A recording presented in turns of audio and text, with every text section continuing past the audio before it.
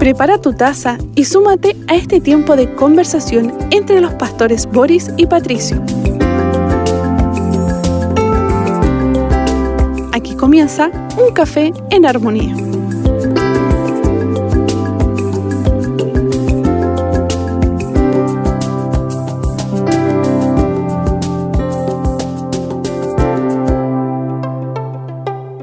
Les saludamos en el amor del Señor. ¿Cómo están ustedes? Qué lindo poder compartir un nuevo café en armonía para caminar en la palabra del Señor. En el libro de los Salmos que hemos estado recorriendo y degustando esta palabra en algunos pasajes muy suaves, en otros pasajes también desafiantes, duros, pero que son necesarios porque es palabra del Señor.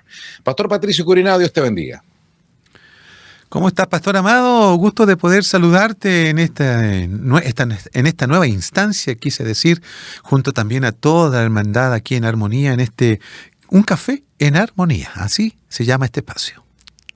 Así es, un rico café para poder conversar, compartir, donde quiera que se encuentre, está en su trabajo, está en su hogar, podemos compartir la reflexión. Hoy día estamos en el Salmo 48, hemos estado avanzando desde el primer Salmo, así que gracias al Señor por este tiempo que se ha ido desarrollando este caminar por esta maravillosa y bendita palabra. Así que les invitamos a que puedan estar atentos o, si desea, puede abrir también su Biblia en el Salmo 48, versos 9 hasta el final, 9 hasta el 14. Así que, pastor, te invito a que puedas darle lectura. Leemos en el nombre de nuestro Señor Jesucristo. Hemos meditado en tu misericordia, oh Dios, en medio de tu templo. Oh Dios, como es tu nombre, así es tu alabanza hasta los confines de la tierra. Llena de justicia está tu diestra. Alégrense el monte Sión, regocíjense las hijas de Judá a causa de tus juicios. Caminen por Sión y vayan alrededor de ella, cuenten sus torres, consideren atentamente sus murallas, recorran sus palacios para que lo cuenten a la generación venidera. Porque este es Dios, nuestro Dios para siempre. Él nos guiará hasta la muerte. Palabra del Señor que hoy día queremos compartir. Esta palabra que comienza con una exaltación acerca de la hermosura y la gloria de Sión, de Jerusalén, y que se va desenvolviendo, parte hablando acerca de esta gran ciudad, esta ciudad de Jerusalén, pero también en código de adoración, no solamente por estructura, no solamente por una cuestión meramente de la construcción humana, sino que lo que representa la presencia de Dios en Sión, en Jerusalén, en el templo, lo cual era muy significativo para los judíos, sí. Y que tenían este amor por su Señor y también por esta ciudad. Por lo tanto, y ahora entramos a otra parte de este hermoso salmo, después de un Selá, después de una pausa en el verso 8, después que habla acerca de la hermosura de esta ciudad, de su templo, de sus palacios, pero también cómo la intervención divina, el Señor la libró. Militarmente Dios usó un ejército, en este caso un ángel celestial es una de las posibles interpretaciones cuando verso 5 del capítulo 48 dice, y viéndola a ellos, así se maravillaron, se turbaron, se apresuraron a huir. El Señor permitió que los enemigos no triunfaran sobre ellos. Así es la primera parte que compartimos la semana pasada, ¿cierto, pastor? Acerca de esta gran liberación que el Señor hizo en Israel. Y ahora en los versículos que vamos a compartir, que ya están leídos en esta versión, el salmista pasa a concentrarse en lo que es el templo. Como bien dijiste tú, es un símbolo importante para Israel, tanto la ciudad de Jerusalén como el templo mismo son símbolos importantes que recuerdan obviamente en este caso el templo, el centro de operaciones religiosas, pero también civiles, porque para los judíos no solamente el templo simbolizaba todo lo que era el movimiento religioso, sino todo lo que tenía que ver con la vida en sí. ¿Ya? El corazón de Israel estaba muy puesto en lo que era el templo. De hecho, se cuenta y se dice por la misma escritura que llega un momento en que el templo queda en medio, cuando todas las demás tribus tenían que estar alrededor de ella en una estrategia tanto de cuando acampaban, ¿ya? Todas las tribus tenían que estar en su lugar respectivo y el templo, el tabernáculo en su momento estaba en medio, ¿ya? Dando a entender de que la presencia de Dios hacía que todo lo demás girara en torno al mismo Señor. La centralidad de Dios en la vida de su pueblo, y que así también el Señor debe estar en el centro de nuestra vida, debe estar en el centro de nuestras prioridades, no en otro lugar. Vamos al verso 9 entonces, Salmo 48, verso 9. Nos acordamos de tu misericordia, oh Dios, en medio de tu templo, justamente hablando acerca del templo, pero una de las respuestas a la primera parte del Salmo es recordar, meditar en las misericordias del Señor. Va a ser como la temática de cómo este pueblo en medio de Jerusalén, en medio de los conflictos que han tenido que vivir, pero han visto la mano poderosa de Dios. Y qué bueno es acordarnos, porque muchas veces nuestra mente se olvida de la gloria del Señor y nos concentramos en la dificultad, nos concentramos en lo que nos falta en vez de concentrarnos en la gratitud. Otra versión dice: oh Dios, meditamos en tu amor inagotable mientras adoramos en tu templo. Es decir, tengamos presente, que no se nos vaya a olvidar, no dejemos pasar la oportunidad de recordar sus misericordias, que han sido muchas, primeramente en el contexto del Salmo, de cómo Israel debe reconocer, y de hecho otros salmos también van recordando los hitos, los eventos, cuántas veces Dios les libró, y yo creo que lo mismo nosotros tenemos que hacer. Este es un llamado fuerte, pastor, a cómo nosotros reflexionamos acerca del amor de Dios. Vivimos hoy día vidas tan apuradas que pareciera ser muy difícil detenerse para reflexionar, que es una capacidad que debe estar presente en la vida de los creyentes hoy. Reflexionar acerca del amor de Dios inagotable, como dice la versión que tú estabas ahí mencionando, y en este caso esta versión que habla de la misericordia de Dios. ¿Cuánto bien le hace al alma? Cuánto bien le hace a la mente poder alabar al Señor meditando justamente. Las alabanzas deben ser extraídas de esta misericordia de Dios para con su pueblo Israel, pero también para con nosotros, que en Cristo hemos conocido el amor auténtico, profundo y además transformador con el que el Señor nos ha tratado. En un mundo donde la gente ya no medita, en un mundo donde la gente básicamente se llena de información, pero no es capaz de tomar las mejores decisiones, bien hacemos nosotros al detenernos en medio de la alabanza y cantar conscientemente acerca de lo que Dios ha hecho con nosotros en cuanto a su misericordia, que es darnos a Cristo para ser salvados y para tener la eternidad asegurada en Él.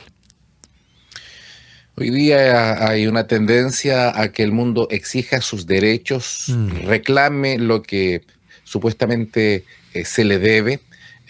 Cuando a los niños no se les enseña correctamente, ellos solo exigen sus derechos. Y qué bueno es cuando hay niños bien educados por sus padres, que son agradecidos, en que tienen, que reconocen que lo que tienen es porque Dios lo ha dado y ha usado sus padres para poder proveer. Pero cuando nuestro humanismo se eleva, al final terminamos siendo orgullosos, vanidosos y reclamando porque se nos debe a nosotros entregar lo mejor. Y qué triste tener esa actitud y qué hermoso es poder adorar en medio de su templo, así como lo expresa el salmista, pero y si no estamos en el templo, por supuesto, en cualquier lugar podemos ser agradecidos con nuestro Señor por sus misericordias. Obviamente que cuando habla del medio del templo, porque está hablando de Jerusalén, está hablando de donde estaba el lugar, el templo, la centralidad, ya dijimos, de Dios, y que para ellos, históricamente, en ese momento, Dios está presente en el templo debido al arca del pacto. Hoy día no tenemos el arca del pacto, pero tenemos a Jesucristo en nosotros. Dice que haremos morada. El Dios Trino viene a vivir a nuestras vidas, y esto es demasiado maravilloso para poder incluso comprenderlo. ¿Cómo es que Dios está en nosotros? Ya no vivo yo, mas Cristo vive en mí. Son verdades que de repente nos quedan demasiado grandes, pastor, que no tenemos cómo comprenderlas completamente, y nos lleva a la adoración por su gran amor y misericordia. Bueno, las aceptamos por medio de la fe, ¿no? Y no de una fe abstracta, sino de acuerdo a lo que la Escritura dice. Justamente tú estás citando ahí un hermoso texto de que Pablo habla de que ya no vivimos nosotros, sino que Cristo vive en nosotros. No es un romanticismo, no es solamente una palabra semántica, sino que Pablo, como discípulo de Cristo, sabía que a través del Espíritu Santo Cristo vivía en él.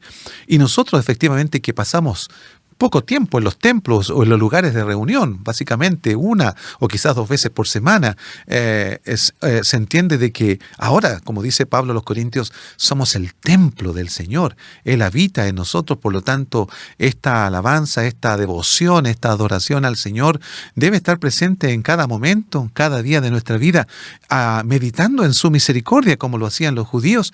Nosotros meditamos en Jesús, que a través de Él hemos obtenido por misericordia y por gracia esta salvación tan grande.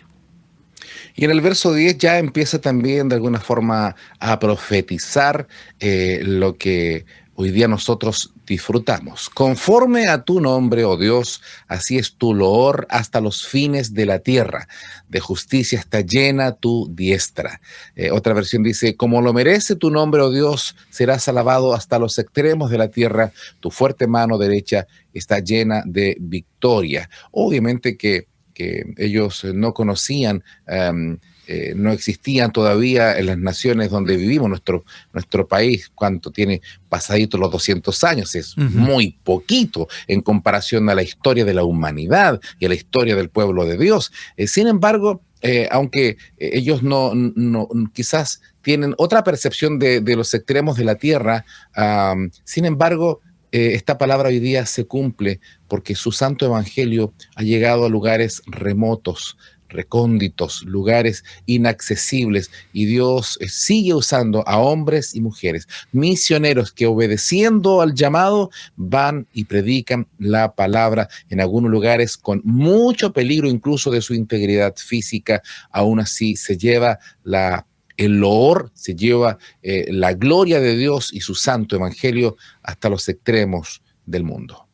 Así lo dijo el profeta Isaías, ¿no? Lo dilatado de su imperio no tendrá fin, sino que irá cada día avanzando más y más el reino de Dios, porque de acuerdo a este versículo 10, Cristo es nuestra alabanza y este tiene que llegar a todos los confines de la tierra.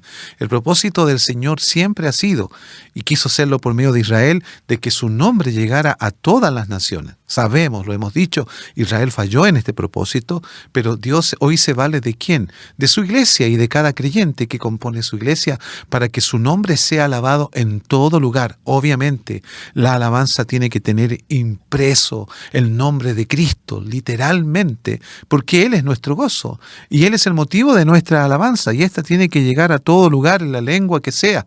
De hecho, Apocalipsis habla justamente de que allí le adoraremos toda nación, toda tribu, toda lengua, ¿cierto? Toda etnia, si también queremos traducir la palabra naciones en el original. Por lo tanto, este versículo está llamando al creyente hoy a que la alabanza del Señor esté presente. Si estás en Chile, si estás en otro país escuchando esta enseñanza, esta meditación, bueno, allí es donde tenemos que hacer oír la alabanza del Señor. Estamos leyendo el Salmo 48 en el contexto en que el salmista o los salmistas, los hijos de Coré, están exaltando a su Dios, pero también al lugar donde está su Dios, nuestro Dios, en este Mm. caso Israel, en este caso Jerusalén, el monte Sión. Esa es la perspectiva de este salmo, y por eso que después en el versículo número 11 sigue en esta temática, como todo el salmo: se alegrará el monte de Sión, es decir, Jerusalén, se gozarán las hijas de Judá por tus juicios. Sigue hablando que la gente del monte Sión se debe gozar. Era un privilegio vivir cerca del templo. Nos acordamos Sí.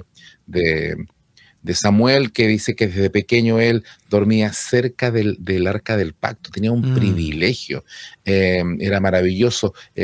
Los judíos que vivían lejos tenían que hacer procesiones, peregrinaciones cada cierto tiempo para llegar a Jerusalén, y por eso habían cánticos de los peregrinos, cánticos, ¿no es cierto?, graduales, que iban cantando: yo me alegré con los que me decían, a la casa de Jehová iremos, yo iré, y iban cantando estos salmos, pero los que vivían en Jerusalén tenían este gozo permanente, si es que tenían la conciencia, porque hoy día podemos vivir muy cerca del templo y nuestra vida puede estar muy lejos de Dios.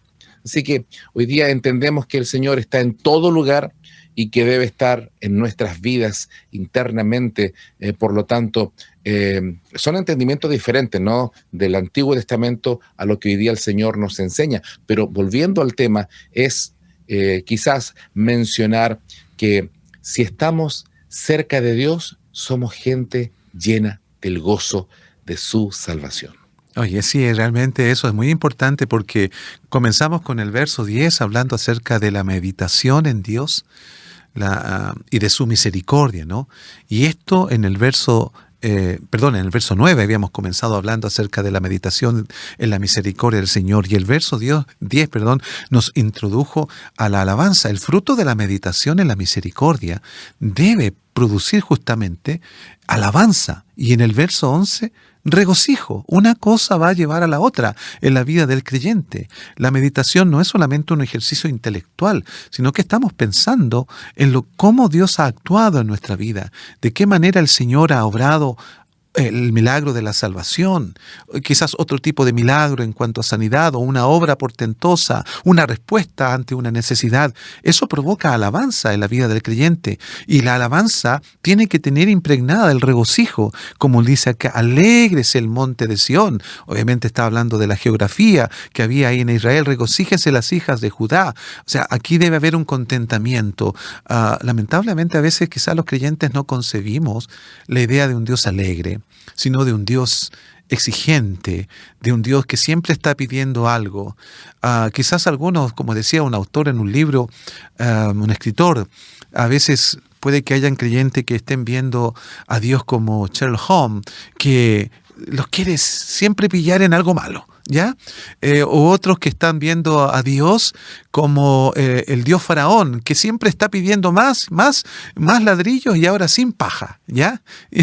O como otros dioses del hinduismo, ¿cierto? Que como un Buda probablemente, que está pidiendo más para su placer, para que le hagamos más alegre a él. No, la verdad es que la Escritura nos muestra un Dios que se regocija. En Sofonías capítulo 3 habla justamente de un Dios que se goza con su pueblo. Se gozará, dice.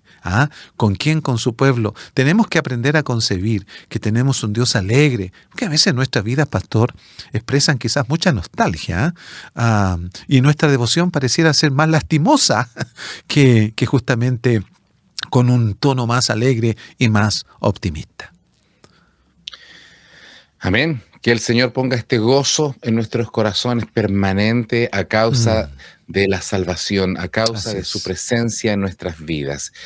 Se alegrará el monte de Sión, se alegrará el pueblo que vive en Sión, en Jerusalén. Se gozará las hijas de Judá por tus juicios, por la justicia del Señor. Y nosotros nos alegramos por la justicia que en Cristo nos ha alcanzado y nos ha justificado. Justificados pues por la fe, tenemos paz para con Dios por medio de nuestro Señor Jesucristo, dice el apóstol Pablo ahí en Romanos capítulo 5. Qué hermoso es poder tener esta paz, este gozo, este regocijo. El verso 12 en adelante también nos va a hacer como una representación y una admiración por las murallas, por las torres, por los palacios, por la construcción, que era una joya arquitectónica también, tenemos que decirlo, considerado una de las maravillas del mundo antiguo, el templo de Jerusalén, precioso.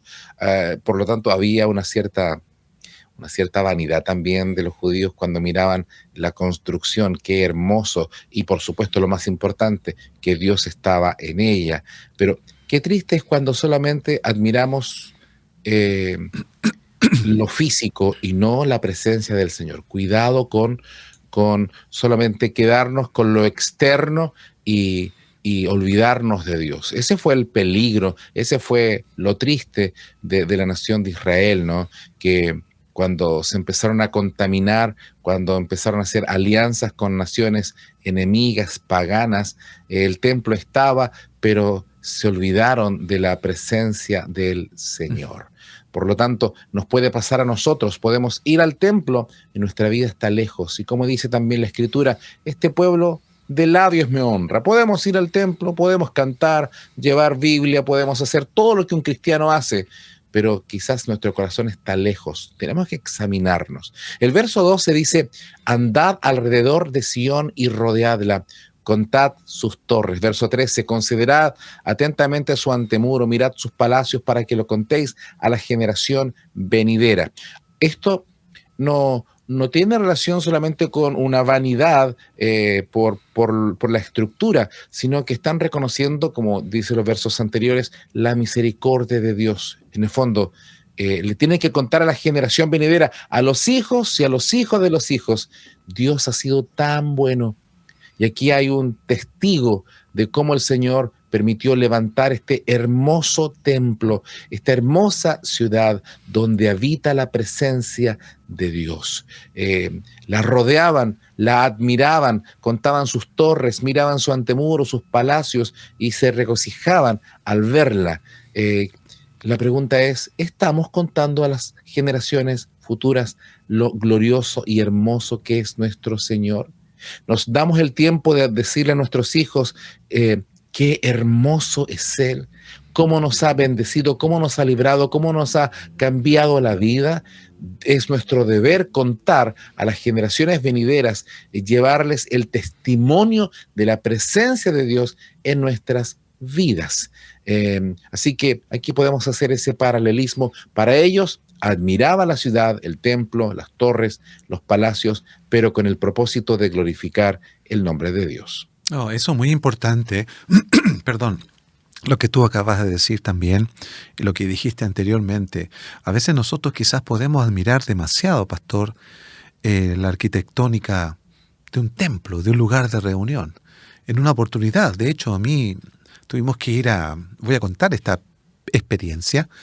¿Por qué sucede? Por lo demás, tuvimos que ir a un funeral de una persona, un creyente, un familiar de uno de nuestros hermanos de la congregación. Y justamente llegamos a un lugar, un templo, un lugar de reunión muy hermoso, tengo que decirlo, pero una de las personas que era anfitrión básicamente nos hizo notar cuán bello era el lugar. Y se concentró básicamente en la estructura del lugar, que aquí está la presencia de Dios, miren cómo está hecho esto, en fin. Y resulta que después cuando comenzamos a escuchar la exposición bíblica en ese entonces, la verdad es que era, y tengo que decirlo, no había Cristo en esa palabra, considerando el momento. Fue muy triste que algunos le dieran tanta importancia a la estructura de un lugar, pero tan poca importancia a la exposición bíblica. Que no nos pase eso a propósito de lo que dijiste anteriormente, que Israel se enorgulleció justamente de las cosas visibles que tenía, pero dejaron de lado la esencia del Señor. Por otro lado, tenemos que también decir, a propósito de esto, de que toda esta hermosura que le dio Dios a Israel para que la contara a la generación venidera, no es garantía de que eso suceda o que haya sucedido en ellos.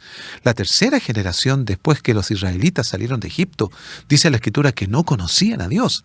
Falló la segunda generación en transmitirles al Señor de lo que había hecho en Egipto con sus padres. Y la tercera generación, que comienza a expresarlo y el libro de Jueces comienza a contarnos, era una generación que no conocía a Dios y que necesitaron jueces para volver una y otra vez al Señor. ¿Por qué? Porque las naciones a su alrededor estaban siendo usadas por Dios para castigar justamente a esta Israel que se había olvidado y no quería más intimidad con el Señor. Triste realidad, ¿cierto?, que ocurrió con una generación que puede ocurrir hoy en día si nosotros no estamos contando a nuestros hijos y a la generación que viene tras nosotros lo que el Señor ha hecho en cuanto a salvación por medio de Cristo Jesús.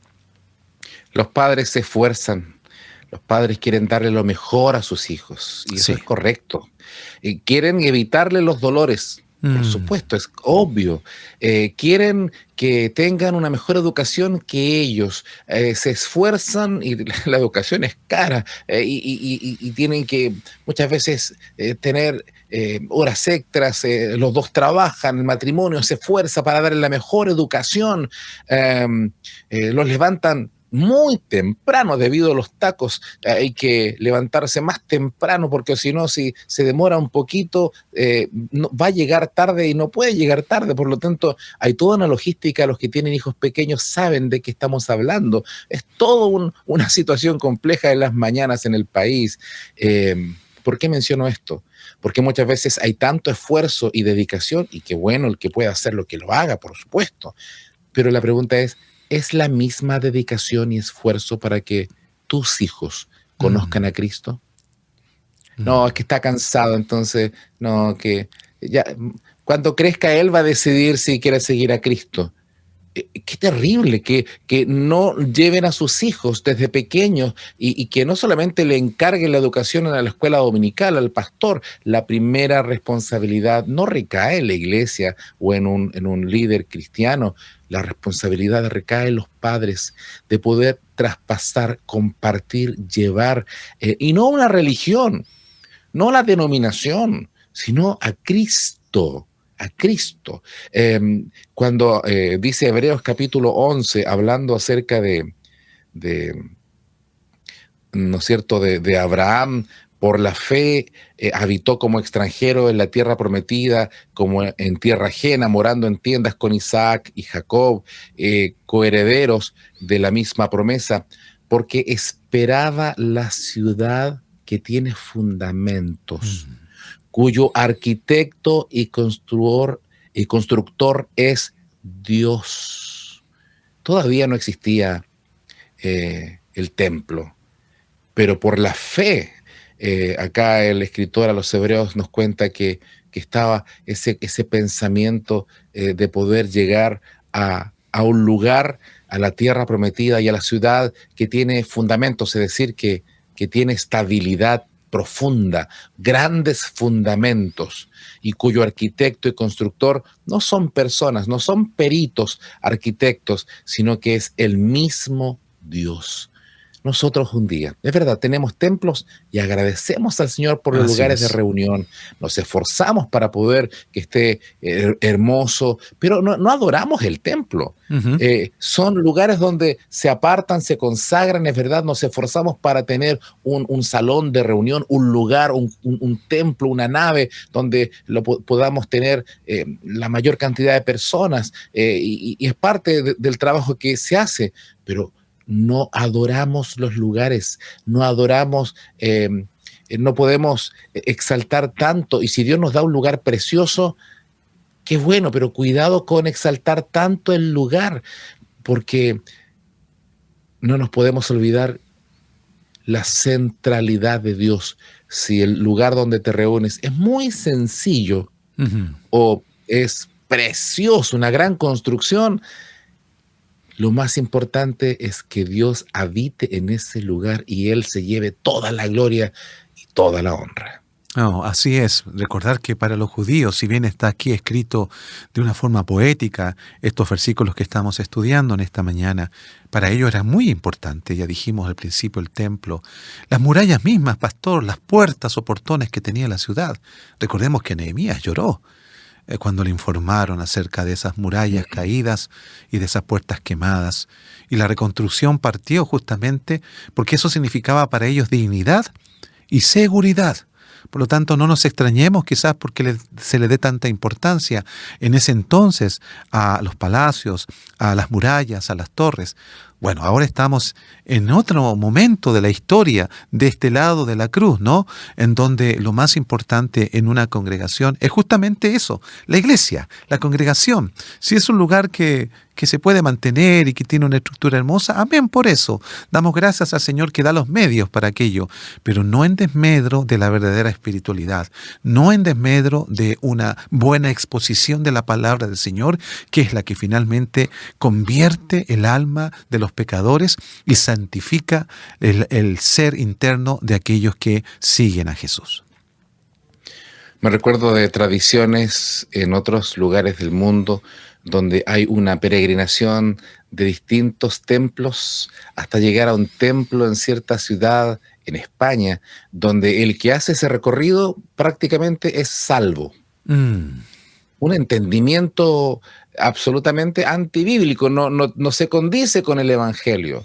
Por lo tanto, no es el peregrinaje a templos los que nos hace salvos. ¿Por qué nos congregamos? Y de repente hay personas que discuten, ya no es necesario congregarnos, negando lo que la Escritura nos enseña, que debemos hacerlo, no porque se nos ocurra a nosotros, sino porque es natural. Dice la Escritura que somos familia, y cuando un niño termina su clase en el colegio, ¿a dónde se va? Lo normal es que se vaya a su casa, ¿no es cierto? Y cuando después de una jornada laboral, ¿dónde uno quiere irse? A su casa, quiere estar con su familia, con sus padres, con sus hermanos. Bueno, el creyente, que es un hijo de Dios, desea reunirse en familia, es lo más normal y nos hace bien.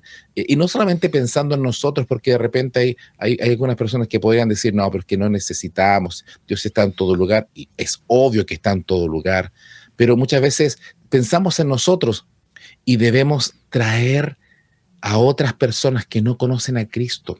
No nos debemos centrar en nosotros, en que me gusta esta canción o no me gusta, o esto me gusta o no me gusta, sino que concentrarnos en glorificar al Señor y poder invitar a otros que no conocen a Cristo a que puedan llegar también a ser parte de esta familia de Dios. Por lo tanto, que nuestro anhelo, aparte que el mismo Salmo 133 también lo expresa, mirad cuán bueno, cuán delicioso es habitar los hermanos juntos en armonía. El estar juntos nos hace bien, con propósitos. Nos reunimos en nuestros templos para glorificar al Señor. Dios quiera que estemos atentos, que nuestra mente no divague, que nos concentremos en la alabanza y en la adoración. Podemos estar en el templo y nuestra mente divaga, piensa en el informe que tengo que presentarle al jefe, en la prueba que tengo en la universidad,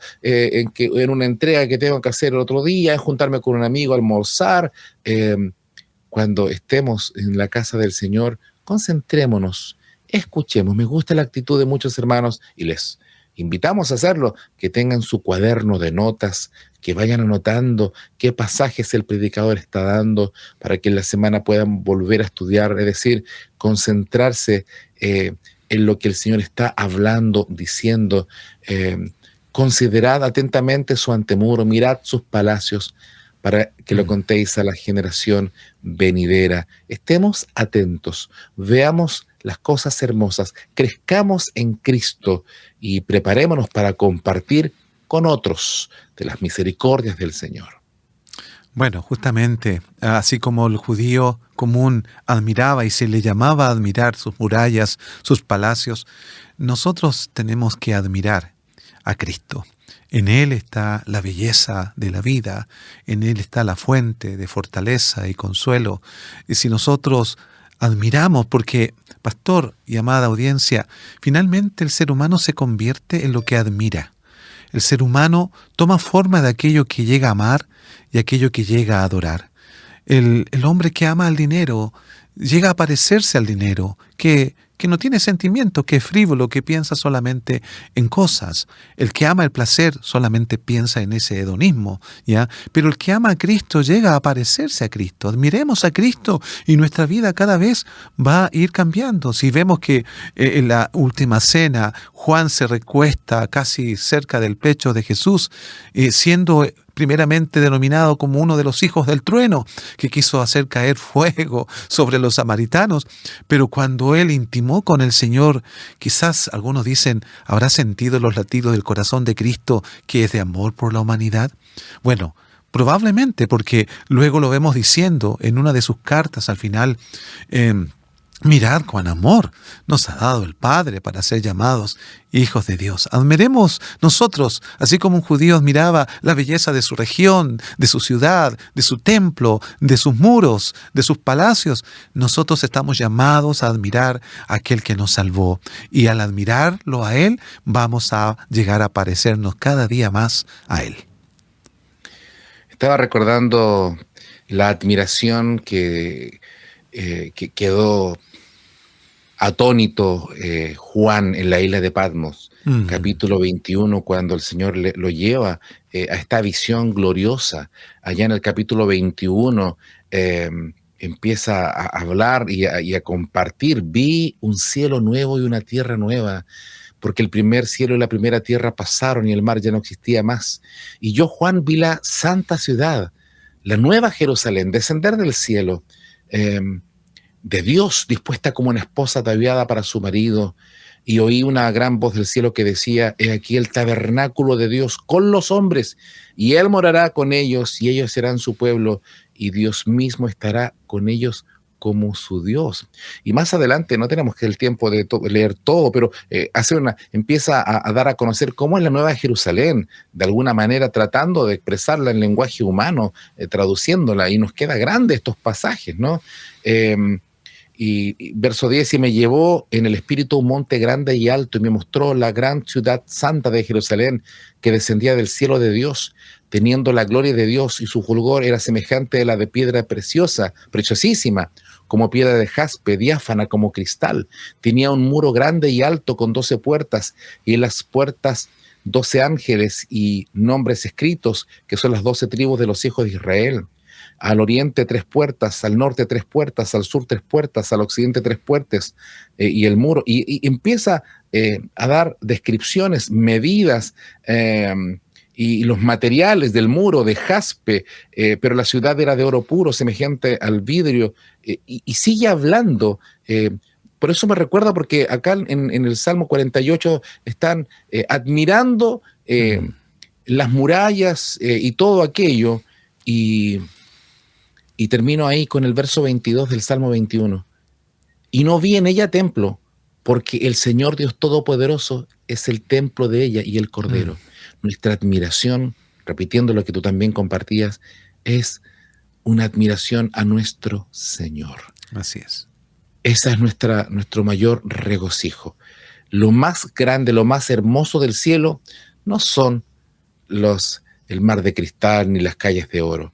Es Cristo mismo, nuestra admiración profunda, y por eso le alabamos, por eso le adoramos, porque le reconocemos como nuestro Dios.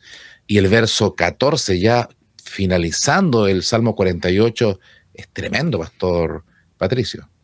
Así es una expresión de mucha fe, porque en esta versión dice: porque este Dios es Dios nuestro, eternamente y para siempre. Él nos guiará aún más allá de la muerte. Y claro que sí, ya que Él es eterno, puede llevarnos a la eternidad, ¿ya? Y aunque la muerte puede ser una amenaza para el ser humano hoy, y lo es, por cierto, todos tenemos la seguridad de que vamos a morir, ¿ah? La estadística dice que 1 en 1 va a morir. ¿ya? Y eso habla acerca de que es inevitable. Nacemos con ya la idea de que vamos a experimentar en cualquier momento la muerte, pero la esperanza está colocada aquí para el Hijo de Dios, como el capítulo 17 del libro de Salmo también, el salmista en un momento llega a decir, lo leo textualmente: en cuanto a mí, dice el salmista, en tu justicia contemplaré tu rostro, al despertar me saciaré cuando contemple tu semblante.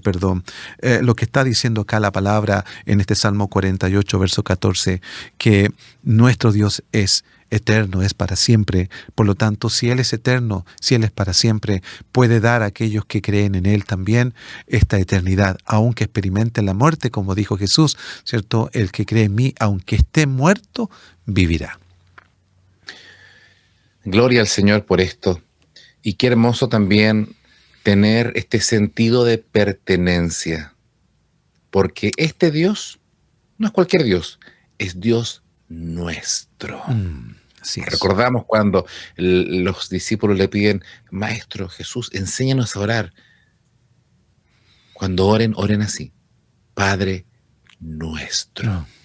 Este es el privilegio de tener un Dios que no es lejano, es muy, muy, muy cercano.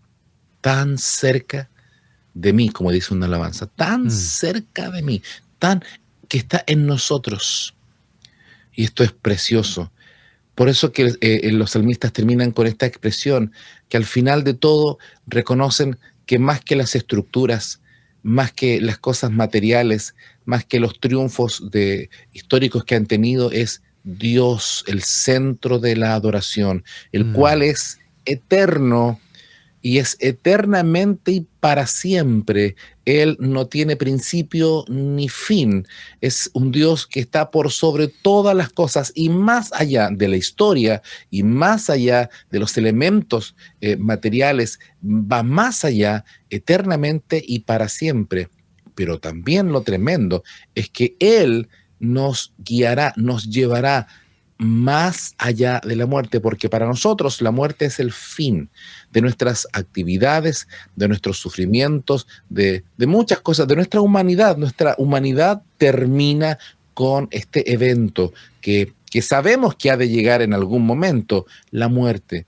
Pero para los creyentes, para los redimidos, tenemos esta bendita esperanza, que la muerte física solo será una puerta para la eternidad, para la verdadera vida. Si en esta vida disfrutamos cosas lindas, del amor de la familia, de los paisajes, de la hermandad en Cristo, y todas las cosas lindas que podemos encontrar, ¿cómo será estar en su presencia?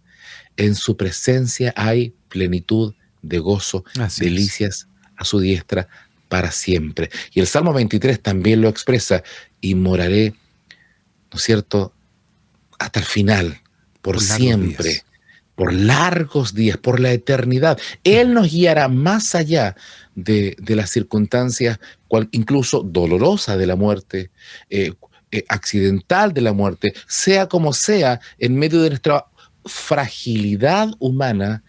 No siempre entendemos los eventos que nos ocurren. Sin embargo, de una cosa podemos estar seguros: estamos en las manos de Dios, y dice que nada ni nadie nos podrá arrebatar de su mano y nos llevará hasta su misma presencia, más allá de esta vida, más allá de esta muerte, más allá del sol.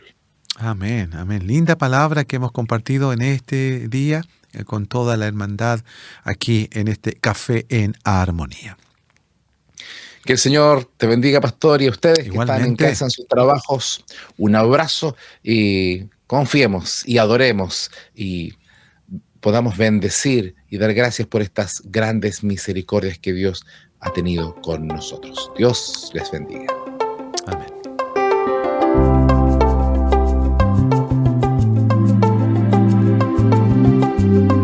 ¿Quieres volverlo a escuchar? Encuentra Un Café en Armonía en Spotify, Apple Podcasts y armonía.cl. Cada semana un nuevo episodio.